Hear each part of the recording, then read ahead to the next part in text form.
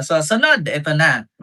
Mga kababayan, ako, speaking of wala daw nakulong sa flood control. Ayan ha, walang nakulong sa flood control.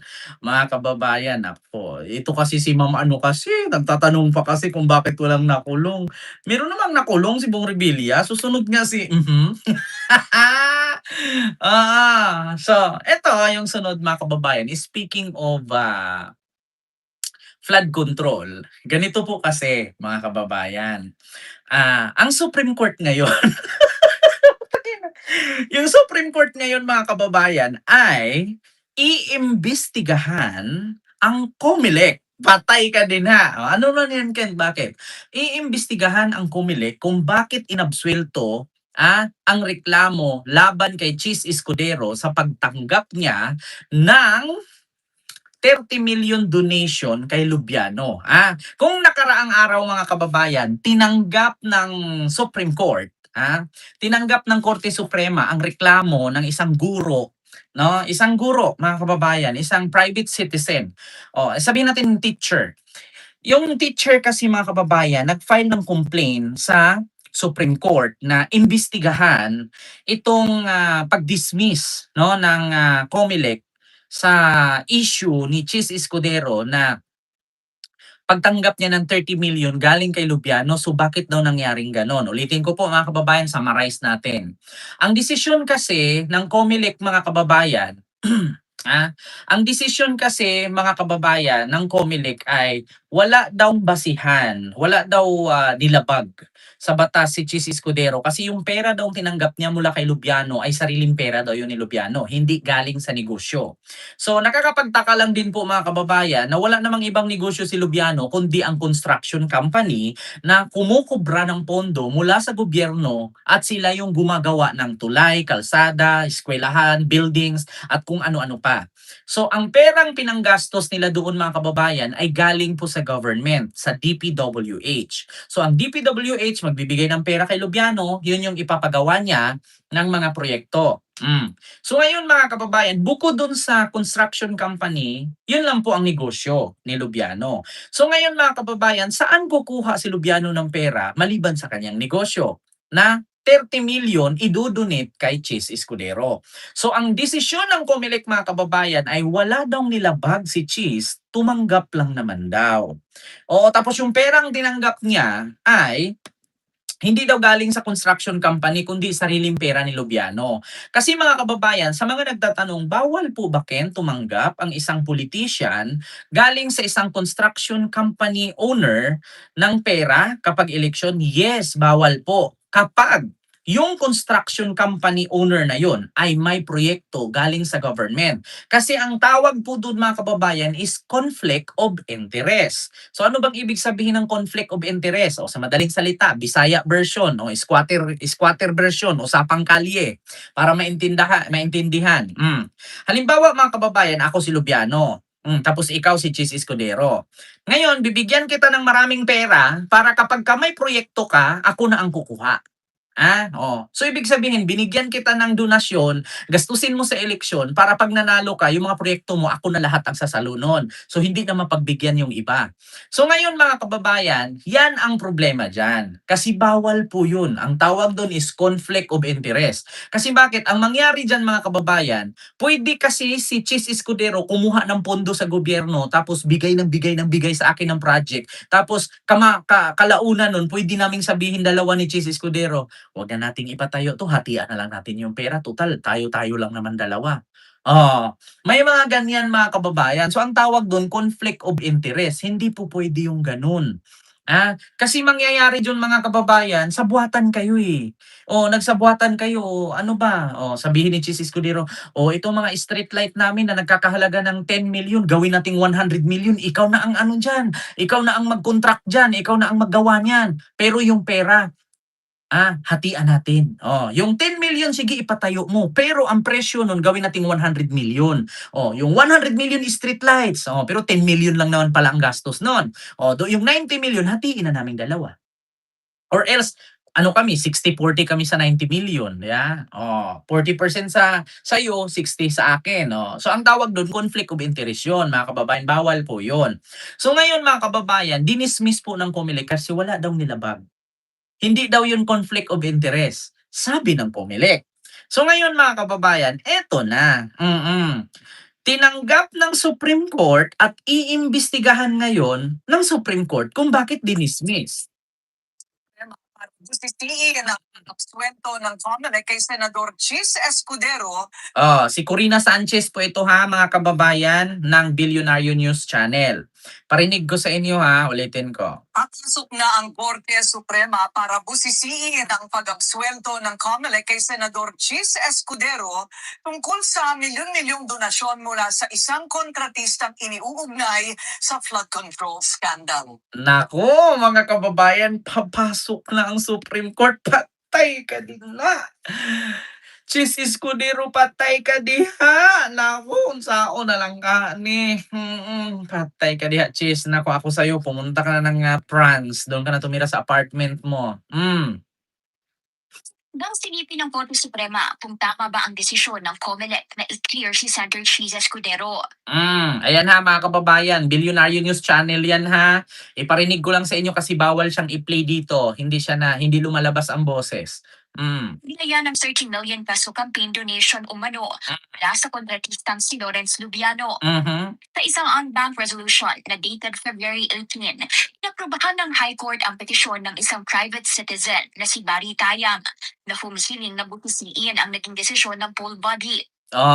So nakalagay dito mga kababayan sa Bilyonaryo News Channel, 30 million campaign donation kay Chis Escudero, pag-absuelto ng COMELEC kay Escudero, busisihin ng Korte Suprema. Nako mga kababayan, busisihin ng Korte Suprema. Lakapatay ka din ha. Continue. Nauna na kasing nagpasya ang COMELEC Political Finance and Affairs Department noong November 2025 na walang nilabag na election law si Escudero sa pagtanggap ng donasyon. Wala rin daw nilabag si Lubiano sa pagbibigay nito ng kontribusyon sa kampanya ng senador. Wala daw nilabag ang si Chis Escudero dahil tumanggap lang naman daw at wala din daw nilabag itong si Lubiano dahil nagbigay lang naman daw. Wala nga silang nilabag kasi hindi nga nila ninakaw. Ang problema diyan ngayon kasi mga kababayan, bawal kasi yun kasi ang tawag po diyan is conflict of interest. Alam niyo yung palakasan, ganito yan mga kababayan, 'di ba? Uso ang graduation ngayon, bigyan ko kay example ha. Itong style ni Lubiano at ni Chis Escudero parang sa graduation 'to ng mga estudyante. Bakit? Ikaw, anak mo, madaling araw pa lang nag-aral na, nagmemorya na, ano na, tawag do'n, nag-review na para pumasa sa exam.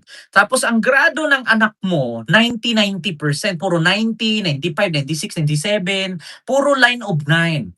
Tapos ending ngayon pagdating sa graduation yung anak mo third honor lang. Pero yung anak ni chairman, anak ni engineer, nagbigay lang ng electric pa, naging first honor na. Nagbigay lang ng pang-tiles, wala, naging valedictorian na. So ganun ang estilo ni Chis Escudero at ni Lubiano. Ang ginawa ni Lubiano, sige bigyan mo malaking pera. O bakit? Kapag may proyekto, sa akin na yan. At take note mga kababayan, baka hindi lang si Chis ang nabigyan yan. Baka may iba pang mga senador ang inabutan yan para pag may mga proyekto yung mga senador, sa akin lahat pupunta kasi may mga padulas ako Uso ngayon ang graduation, mga kababayan, magtaka kayo. Yung anak mo 90% yung line ng grades. Tapos yung anak ni chairman na napakabobo, nagbigay lang ng pang tiles, naging valedictorian na. Meron pang alma mater. 'Di ba mga kababayan, tama ba ako o mali? Ganyan kasi ang estilo mga kababayan. Kahit bobo ka sa klase, parang si may nakilala ko siyang abogado na yung gala lang ng gala tapos naging isang politician, tapos yung nakulong ang tatay niya sa ibang bansa, pabalik-balik lang doon. Tapos sabi nila abogada daw. Hindi ba ganyan din ang ginagawa siguro kaya pumasa? 'Di ba? Hindi ba ganyan din ang ginawa nung abogadang politician mga kababayan na ang tatay niya nakakulong sa ibang bansa? Kaya ba siya naging abogada dahil nagbigay din ba ng pang-tiles? O baka yung Yung professor niya nabilhan ng kotse.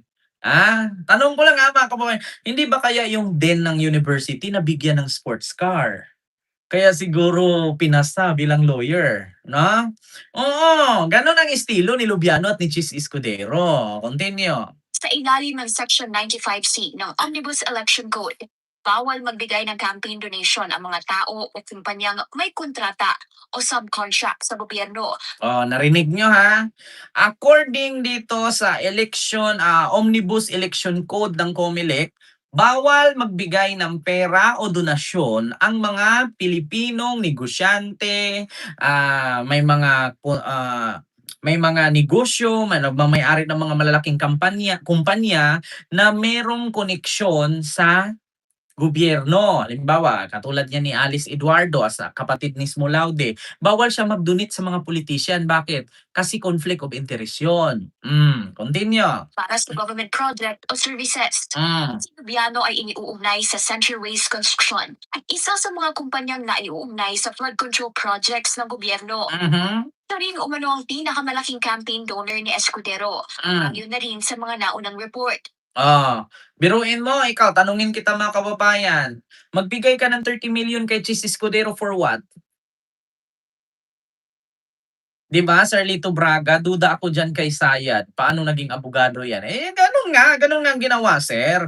Oo, Diyos ko maraming ganyan, 'di ba? Ako nga dati yung mga kaklase ko anak ng engineer, anak ng vice mayor. Ay naku, alam ko naman na napakabubo sa klase yun, ultimo nga pangalan ko kinopya nun, Tapos nagulat ako, aba, naging honor roll, napasok sa top 10, putang-ina nagbigay lang ng aircon, Hindi ba kaya naging gano'n? Uso pa naman 'yan sa probinsya mga kababayan. Sige magbigay ka ng TV, bakit? Hayaan mo third owner ka, pasok ka sa top 5. Tapos 'pag nagprotesta ang magulang nung kaklase, "Bakit napasok sa top 5 'yan? Tignan mo yung grado niya puro 90." 'Di nganga ka ngayon, 'di ba? Wala kang magawa tapos 'pag ura-urada mo i-exam 'yan, putang ina na, walang alam. 'Di ba? Kaya yun, pakinggan niyo mga kababayan, kaya pinaburan ngayon ng Korte Suprema ang petisyon ng isang guro na kung saan bakit i-dismiss ng COMELEC itong bawal naman ito sa COMELEC Omnibus Election Code ang isang negosyante na may negosyo na konektado sa gobyerno. Bawal ka magbigay sa mga kandidato kasi pag nanalo yan, yung mga proyekto nila, ikaw ang sasalo. So unfair naman dun sa ibang mga construction company na mga matitino. At saka pag ganun kasi mga kababayan, mahulog doon, magawa tayo. Sige, halimbawa may kakilala akong construction company. Ito ako bilang senador, ito 1 billion project, ano to? Tulay. Tapos sabihin ko, "Lubiano, ikaw kumuha dito. Wag ka nang gumawa ng tulay. Bahala na tayo diyan sa 1 billion, paghatian na lang natin." 'Di ba? Pero kung martial law 'yan, walang ganyang mangyayari mga kababayan kasi mabibitay ka, Ngayon malakas ang loob nitong mga buwayang politician na 'to mangupit at magnakaw, kasabwat itong mga kontraktor. Kasi hindi sila nabubugutan ng ulo, hindi sila nakukulong, hindi sila nabibitay. Sa Singapore mo gawin 'yan, tignan natin kung hindi ka bibitayin, 'di ba? Oo, Diyos ko, continue. Post lumabas mga ulat tungkol dito. Naglunsad ang COMELEC ng motu proprio o sa itong investigasyon.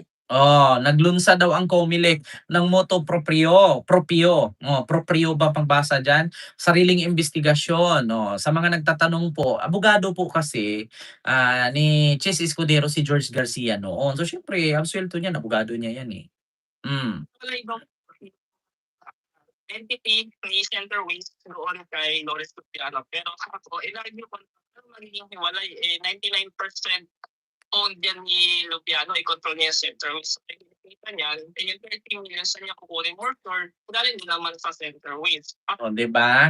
Ginawa ng tanga ng COMELEC ang mga nag-complain. Wala daw kinalaman sa construction company ni Lubiano ang 30 million na dinonate kay Chase Escudero. So, saan galing ni Lubiano yung 30 million? Kung ang negosyo na ay construction company na kumubra ng pera mula sa gobyerno para gagawing kalsada, tulay. So, saan galing ni Lubiano yung 30 million? Galing sa droga? Binigay kay Chase? Kasi yun lang naman ang negosyo ni Lubiano, construction company, Center West. Sa Sorsogon. Ayan na, mga kababayan. Oh, kaya sabi nung complainant, pakinggan nyo, mga kababayan. Investigasyon. Hiwalay daw yung entity ni Center Wings noon kay Loris Lupiano. Pero in-argue ko 99% owned yan ni Lupiano, i-control niya yung Center Wings. Kita niyan, yung 13 million sa niya kukunin more sure, galing naman sa Center Wings as contractor. Ang opisyal na komento sa panig ni Escudero kaugnay ng High Court decision habang kinilala naman ito ng COMELEC. Ilang marami daw kasing loopholes sa election law ang mabibigyang linaw kabilang ang usapin sa campaign donations. Ako! Ayan na, mga kababayan. Yun na nga ang sinasabi ko na hindi talaga ligtas si Cheese, mga kababayan. Hindi siya safe. Patay ka. Hala ka, Diyos ko, mga kababayan. Naku po. Ito na nga ang sinasabi ko, mag-ingat-ingat kasi. Mag-ingat-ingat mga kababayan, naku po. Kaya hindi alam niyo sa totoo lang mga kababayan, napaka-unfair po talaga yung batas sa ating bansa. Yes, masabi ko pa 100% unfair. Bakit? Kapag mayaman ka, kaya mong bayaran ang batas. Kapag mahirap ka, wala kang pambayad, nga ka. Yeah? Lalong-lalo na kung napagbintangan ka lang tapos wala kang kapangyarihan, hindi ka anak ng isang negosyante, hindi ka anak ng isang bilyonaryo, wala kang koneksyon sa isang politiko, hindi ka kakonek kay chairman, hindi ka kakonek kay mayor, talagang kawawa ka. 'Di ba? Mga kababayan.